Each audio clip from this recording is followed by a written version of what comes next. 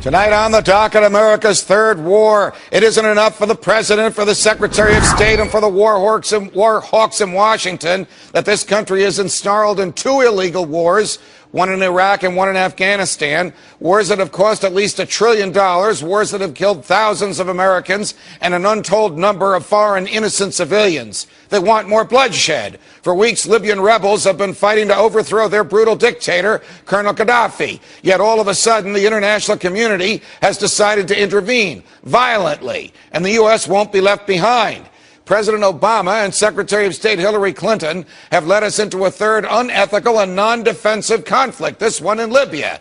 This is unquestionable proof that when it comes to war, there is little difference between Republicans and Democrats. Both parties' leadership are power-hungry and bloodthirsty, as there is no logical, ethical, or reasonable argument, certainly no lawful argument, for our wars in Iraq, Afghanistan, and now Libya. But let's not forget, this action is brazenly unconstitutional. Congress did not declare war on Libya.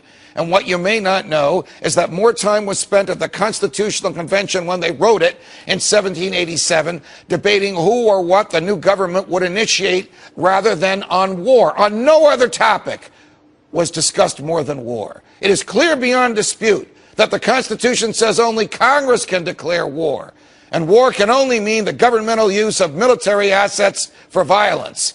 Ask anyone on the ground, even Western journalists, if firing 120 Tomahawk missiles is not an act of war. Only completely perverted logic could conclude that our actions in Iraq and Afghanistan and now Libya are not acts of war that constitutionally require a formal declaration by the Congress.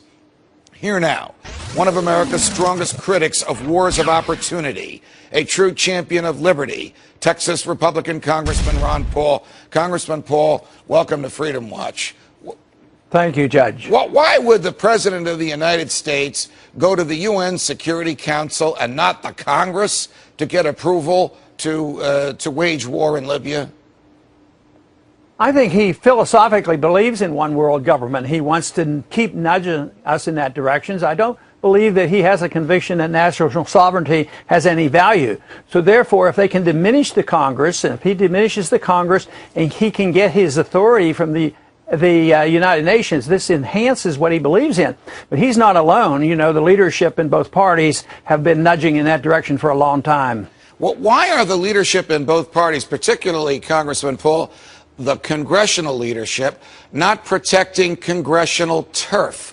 Why isn't Congress or Speaker Boehner saying, you can't do this, only we can do it? You didn't even come to us. You went to those characters on the Upper East Side of Manhattan. Who's there besides you and Congressman Kucinich to protect the constitutional prerogatives of the Congress?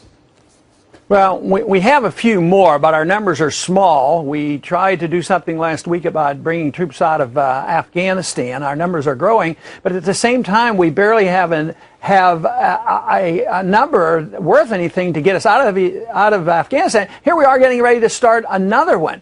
Now, this is a real conundrum to think of all the effort the founders went to make the Congress the most important body, that they are the most willing to give up their prerogatives and give it to the executive branch and the judicial branch, and onward and onward. Our leaderships in the House, as long as I've been there, have always deferred to the executive branch. And it's on both sides, either Republican or Democratic president, they seem to enhance their power. And, you know, we can complain and moan, which I do all the time, about the dereliction of duty by the Congress. Right. But what about the American people? Right. The American people should be saying, and I think they are, I think they're starting to say this, and they're pretty annoyed by Congress always capitulating to the president. You know, you and I disagreed with the authorization for the use of military force, which the Congress gave to President Bush in 2001, and which he used as his legal authority to have the military enter Afghanistan and Iraq. But at least he went to the Congress. At least there was a debate. If President Obama had come to the Congress and there had been a debate on whether or not we should bomb Libya, what would you have said in that debate? Well, of course, I would say it's unnecessary, it's wrong, it has nothing to do with national security, it has nothing to do with the defense of this country.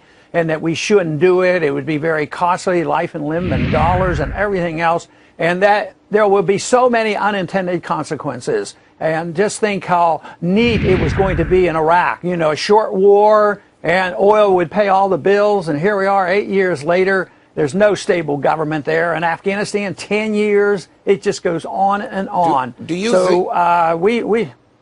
think, Congressman Paul, that President Obama harbors some of the same views of President Bush, and that is nation building, destroying a nation and then rebuilding it, and what the presidents believe is the Western image and likeness in the Middle East, an area that has never had democracy and doesn't understand the rule of law and can't accept the concept of individual or natural rights? Are they trying to do the impossible?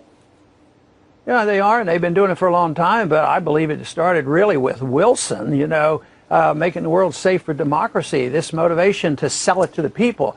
But, you know, a lot of people agree with it, and they're motivated with that, and I don't know the deep motivations of Bush or Obama, but I know the people tend to believe that, but I think there's more to do with it than just that, because I think that might be their cover. It may be that oil is an important issue here. You know, we didn't go to Rwanda for humanitarian reasons, so I'm not too sure that oil might be the real clincher here and the reason we're there. Before I let you go, what's next? I mean, is there going to be a debate on the floor of the Congress? Congressman Kucinich wants the president, who was a member of the same party, to be impeached, so there's going to be something happening. What do you see happening? Will members of Congress just look the other way, or will something happen when you all get back to D.C.?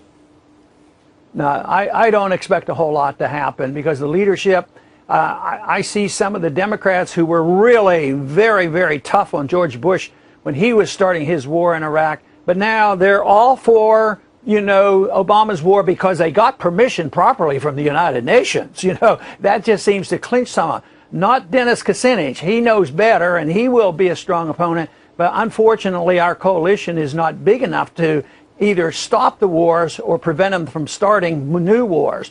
But I am still hopeful that the American people will wake up and join us. But monetarily, we won't be able to afford it. That's what will finally end all this, is finally when we're flat out broke. Congressman Paul, it's a pleasure. Thanks for joining us. Thank you. Congressman Ron Paul is not